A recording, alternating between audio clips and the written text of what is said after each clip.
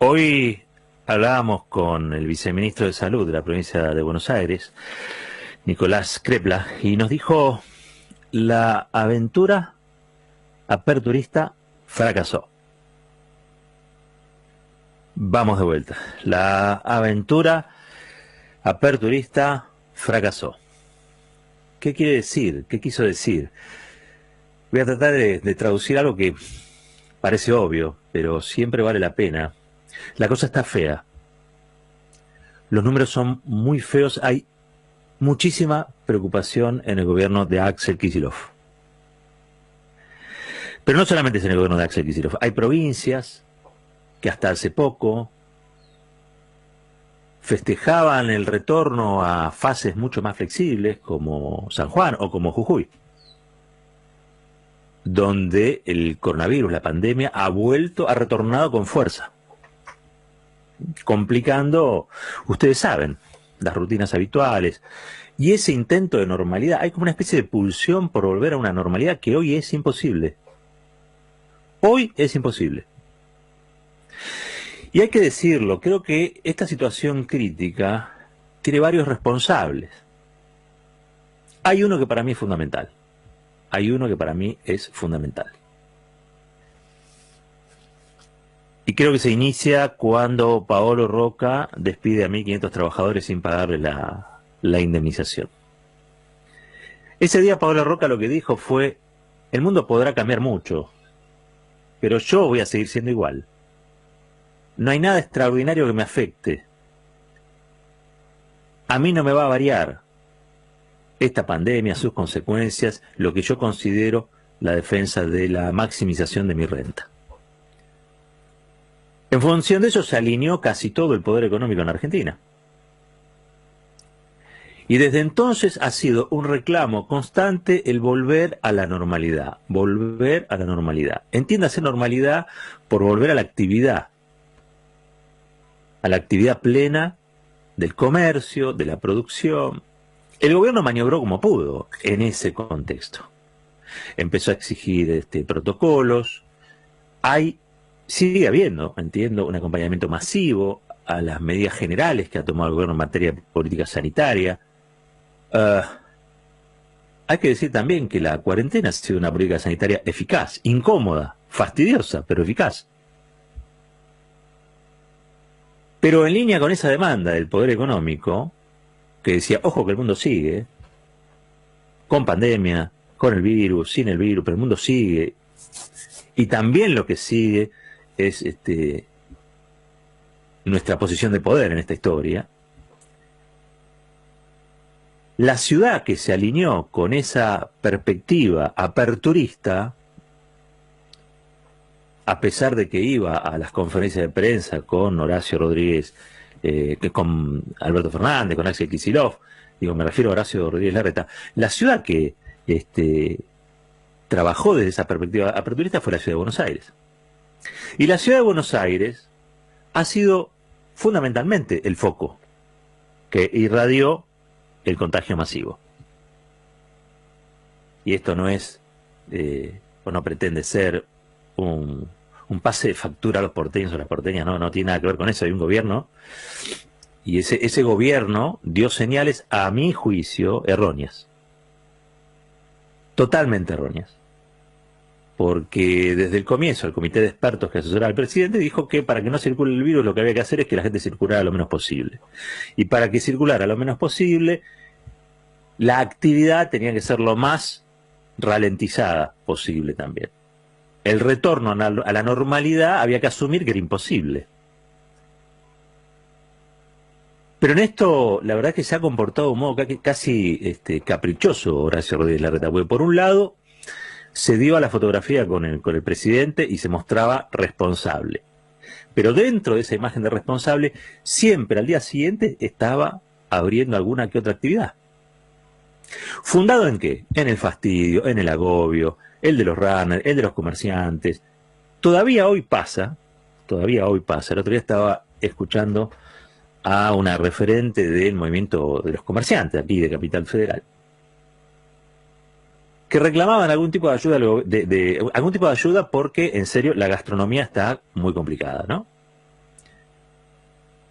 Ahora, el reclamo era al gobierno nacional y no al gobierno de la ciudad. Y hasta donde yo sé, el local, el comercio lo tiene el gobierno de la ciudad.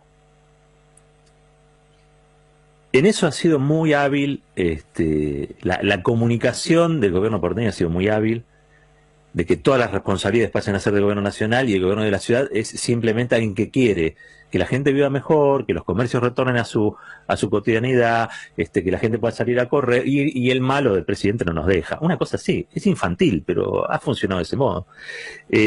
Me parece a mí que las consecuencias de este comportamiento, de esta aventura aperturista, como le dice Nicolás Crepa, las estamos viendo.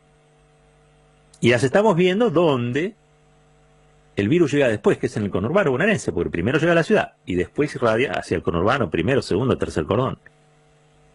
Ahora ya lo tenemos casi, no en todos, pero sí en municipios que hasta ahora habían atravesado la pandemia sin grandes contagios o sin ningún contagio. Bueno, cada vez los números son peores. ¿Por qué? Y porque la actividad económica genera circulación, no hay mucho más misterio. Ahora, ¿puede vivir un país sin actividad económica? No. Lo que se está en discusión, lo que se discute es la velocidad. Cómo volvés, de qué modos y cómo financiás, a fin de cuentas, la cuarentena. Que yo creo que es la clave. Eso fue lo que dijo Roca. Ustedes hagan lo que quieran, pero yo rajo gente igual. Yo no financio este capricho sanitario de la política. No sé si lo dijo así, pero intuyo que lo debe haber pensado de ese modo.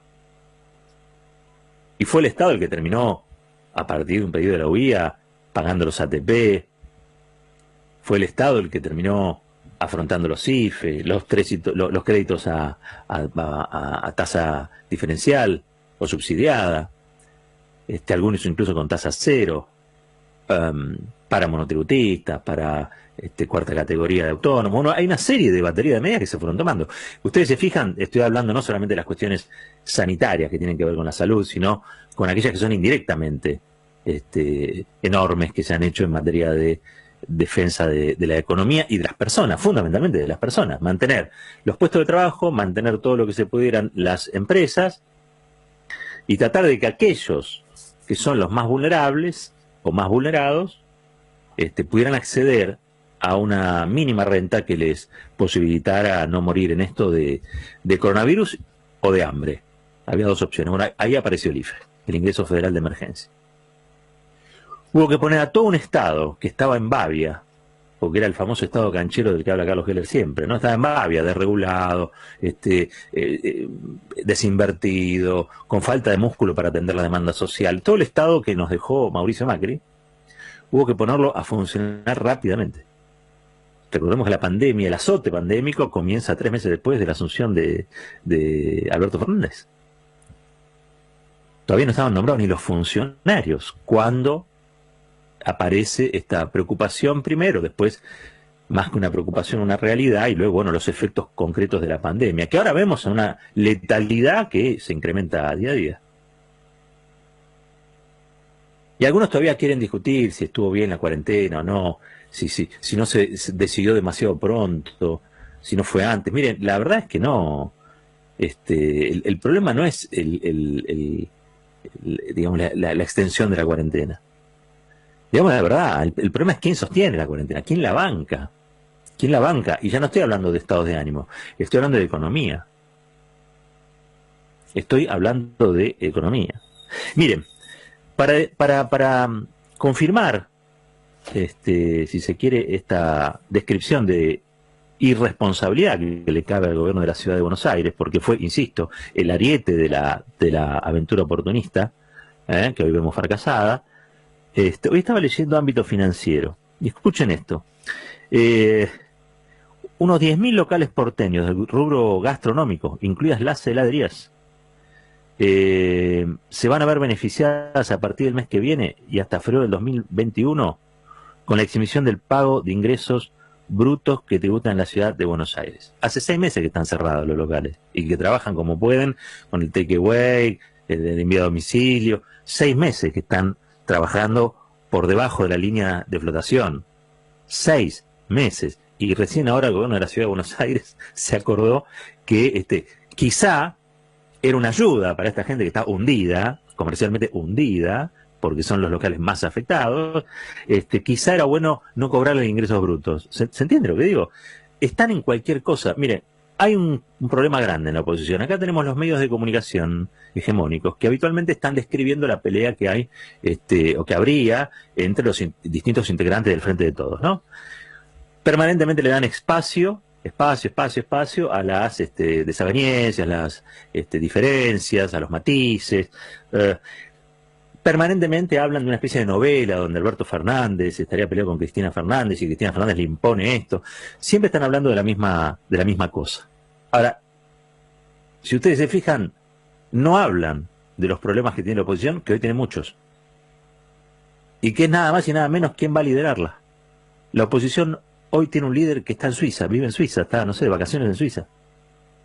Encima es un líder que les va a hacer perder las elecciones el año próximo porque está identificado por una mayoría social como un mal presidente, no le quiso dar la reelección, por eso no obtuvo la reelección Macri, pero también está identificado con un líder tóxico, negativo, que promueve la desobediencia civil y que ha bastardeado la política sanitaria de la cuarentena.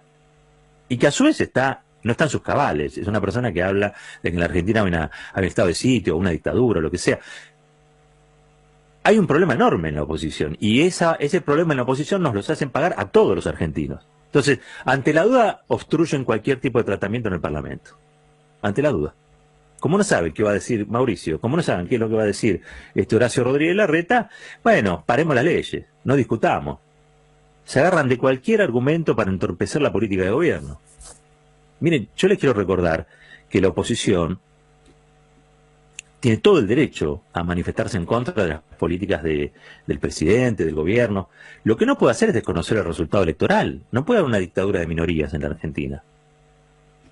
Hay un resultado electoral que fue el que repudió las políticas que la oposición defiende e instaló a otro gobierno que tiene otras políticas. Entonces, en todo caso, lo que tienen que hacer los integrantes de la oposición, y esto lo puede entender cualquiera, es trabajar. Y encima se las hicieron fáciles, porque ni siquiera tienen que ir a hacer presencia en el recinto. Lo pueden hacer a distancia. Lo pueden hacer a distancia. Después va en cada uno. Si vos tenés un diputado como Juez, que en vez de estar sentado en la banca está hablando por TN, o un senador como Esteban Bullrich, que en vez de estar sentado en la banca pone un cartelito, una foto de él, bueno, eso ya habla de ellos, no del sistema. No habla del sistema a distancia o del sistema remoto, que creo que está funcionando bastante bien. Habla, en todo caso, de Luis Juez y habla, en todo caso, de Esteban Bullrich, no del sistema. El sistema está funcionando. Y la verdad, lo decía el otro día Carlos, digo, anda mejor que en otras oportunidades. Este año, aún con las complicaciones de la pandemia, el Congreso de la Nación trabajó más que el año pasado. Porque el año pasado realmente fue un año donde se votaron muy pocas leyes. Y hoy, sin embargo, se impulsa, se ve el debate en comisiones, hay más control a partir de la tecnología, hay que decirlo, hay más control del trabajo parlamentario. Uno va pasando los canales y se encuentra con debates, algunos muy interesantes, otros sumamente aburridos porque son muy específicos, pero eso es lo que habitualmente la política nos mostraba, y ahora se puede ver. Ahora se puede ver. Y hay registro audiovisual, entonces, lo que yo noto es que esa oposición, que es la que gestiona la Ciudad de Buenos Aires, pero es la que gestiona también Jujuy o la que gestiona Mendoza, es una oposición que todavía no logró resolver quién conduce, y en función de eso lo único que se puso de acuerdo es hagamos todo lo posible para entorpecer al presidente. Ahora, entorpecer al presidente en el marco de una pandemia es perjudicar a la sociedad argentina, no al presidente. No hay mucho margen en el medio de una pandemia, insisto, es una emergencia sanitaria, y es una emergencia sanitaria extraordinaria, pocas veces vista, que tiene muchas aristas, una es la de la salud, la otra es de la de la economía. No podés tener una oposición irresponsable, ¿sí?, que en tanto no resuelva sus internas, lo único que tiene para ponerse de acuerdo o hacer en común es hacer fracasar o frustrar los planes del presidente. Es insólito. ¿O ustedes creen que Horacio Rodríguez Larreta está contento con el espionaje que le hizo Mauricio Macri? ¿O ustedes creen que Cristian Ritondo está feliz con el espionaje que les hizo Mauricio Macri? ¿Ustedes creen que todos los que accedieron al expediente allí en Lomas de Zamora sobre el espionaje político están felices, como dice Macri? No. No, pero también es cierto que individualmente, dentro de toda esa oposición de Juntos por el Cambio, el presidente, según la última elección, es el único que tiene votos. Habrá que ver qué hacen los otros. A ver, Horacio Rodríguez Larreta tiene votos en la ciudad de Buenos Aires. Pero no es hoy un dirigente de escala nacional. Es porteño, esencialmente hoy es porteño. No estoy diciendo que no lo vaya a hacer, estoy diciendo que hoy no lo es. Entonces, eso no terminaron de resolver. ¿Quién es la cabeza del PRO? Patricia Bullrich. ¿Quién es la cabeza del PRO? Entonces, como no resuelven eso, quieren que esa crisis se descargue sobre el conjunto de la sociedad argentina. Y eso es lo que no puede suceder. Y sobre todo cuando estamos hablando de vida y muerte, cuando estamos hablando de la situación que atraviesa el país, que es realmente muy delicada, muy frágil. Y en gran medida responsabilidad, en un 99% responsabilidad de la gestión anterior. Estos que hoy pasan por los canales, explicando lo bien que ellos harían las cosas si fueran gobierno hoy, y cuando fueron gobierno hicieron el desastre que nos dejaron, son un chiste de mal gusto. Son una parodia, son una parodia.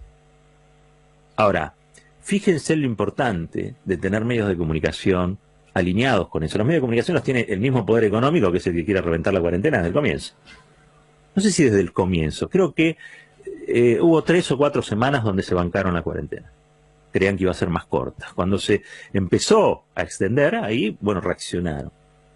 Pero cada vez que hablan esos medios de comunicación, lo que están instalando es esa perspectiva, que no hay alternativa. ¿Cómo que no hay alternativa? Sí, siempre hay alternativa.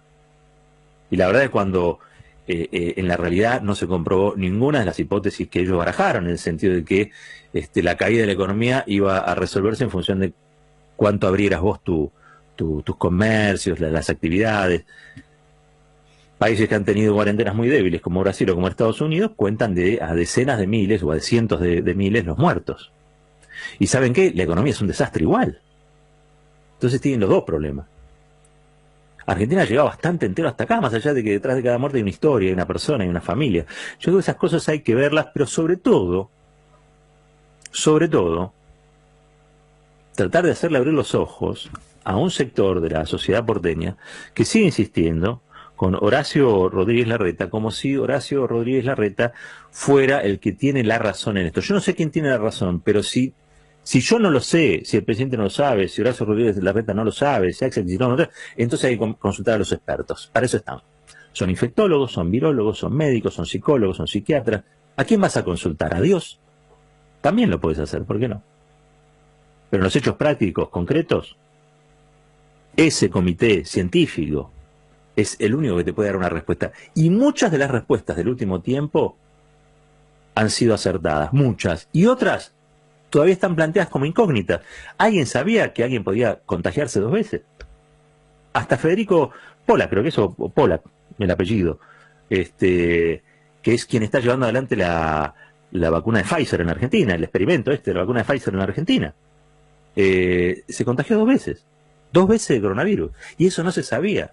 Se pensaba que con un contagio ya había desarrollado inmunidad y en función de eso ya estabas vacunado. ¿Sí? Sobre esa teoría incluso se basó mucho de la inmunidad del rebaño. Sobre esa teoría. Bueno, esa teoría hoy no existe más. Está bien, serán casos excepcionales, bueno, pero no se sabe. Hay algo del que no se sabe, así, de lo que no se sabe, que ocupa buena parte de la realidad. Es mentira que ya hay soluciones. Es mentira que ya está resuelto el tema de la pandemia. No, no está resuelto. Va a estar resuelto el día que haya vacuna. Y va a estar resuelto todavía más cuando esas vacunas se aseguren su provisión a la mayoría de la sociedad mundial. Mientras tanto, no hay nada resuelto. Un día San Juan estaba inaugurando su ciclo escolar nuevamente, o reinaugurando su ciclo escolar, y a los 10 días tuvo que tirar todo para atrás, porque hubo una ola de contagios. Entonces lo que parecía, ¿qué decían? La burbuja sanitaria, todo eso tuvo que meterse para atrás, y vos ves, y ya creo que lo comentábamos esto, los eternautas, todo vestido de blanco, con un camión repartiendo artículos de limpieza y comida en las casas, y le dicen a la gente, no salgan por favor, en San Juan. En San Juan, imagínense lo que tendría que hacer Kicillof en la provincia de Buenos Aires. ¿Y la reta? ¿Y la reta? Pero la reta me parece que ocupado por que no se resuelve todavía el interno, ocupado por querer ser presidente, vaya a saber, la verdad es que hay algo que no está atendiendo, o no está entendiendo de lo que pasó.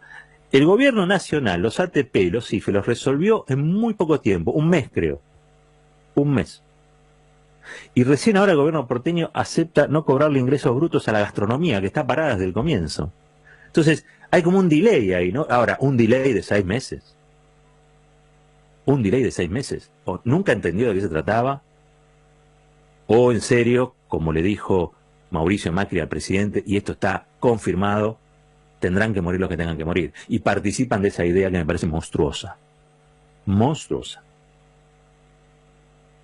La Argentina tiene un compromiso fuerte con la vida. Fuerte con la vida. El argentino, la argentina, en su solidaridad. Hicimos todo este esfuerzo para que salvar vidas. No hicimos todo este esfuerzo para que se nos muera cada vez más gente. Es absurdo el planteo. Pero está... Miren, ¿quién lo chequeó esto? Se lo voy a contar, porque el presidente lo sale a decir. Ya de por sí hay que creer en la palabra del presidente. No va a decir cualquier cosa. No va a decir cualquier cosa. ¿Sí? Pero claramente Macri ha hecho eso durante toda la pandemia. Ha tratado de horadar, erosionar, lastimar, herir, volver porosa la política sanitaria de la cuarentena. Ha dicho que esto era un estado de sitio, ha dicho que esto era una infectadura, ha dicho que es más peligrosa la cuarentena que el coronavirus. Bueno, está todo en línea con ese pensamiento. Lo que pasa es que es un pensamiento que no se puede expresar así tan libremente porque genera rechazo, ¿no? Entonces, lo habrá dicho al presidente en privado. Y sale Roberto Navarro. Roberto Navarro tuvo un encuentro con el presidente, creo que lo entrevistó. Y volvió, ayer o anteayer contó que el presidente le había dicho, no, acabo de estar muy preocupado, le dice, estoy hecho, pero ¿por qué? Y acabo de hablar con el presidente, y dijo, con Macri, y me dijo que tienen que morir, que tienen que morir. No ahora, no ahora, cuando ocurrió la conversación fue esto. ¿Y saben qué? Entonces, Navarro eso lo cuenta al aire, se lo cuenta a Daddy Brieva. Y ahí estaba circulando el audio donde Navarro le cuenta a Daddy Brieva eso que le dijo el presidente, no ahora, sino hace 3 o 4 meses atrás.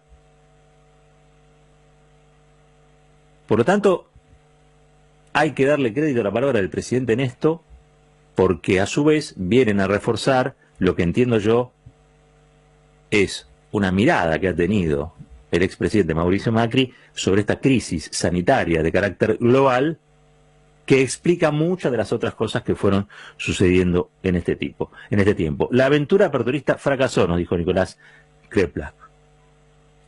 Entonces quizás sea hora de volver a repensar cómo hacemos para establecer mecanismos, otra vez, de algún tipo de cuidado especial, donde se vuelva a privilegiar la vida por sobre las consecuencias negativas que pueden tener las aperturas indiscriminadas de comercios, de actividades. Ojalá, para eso, obviamente, ha bajado mucho la percepción de riesgo en las últimas semanas, hay que incrementarla. Habrá que volver a pensar que las cosas son como son, aunque nos duelan, aunque queramos negarlas, las cosas son como son, no hay vacuna. Todavía no tenemos la vacuna. Todavía esto no está superado. Todavía vivimos en pandemia. Y todavía tenemos que cuidarnos cada vez más. 27 minutos pasaron de las 10.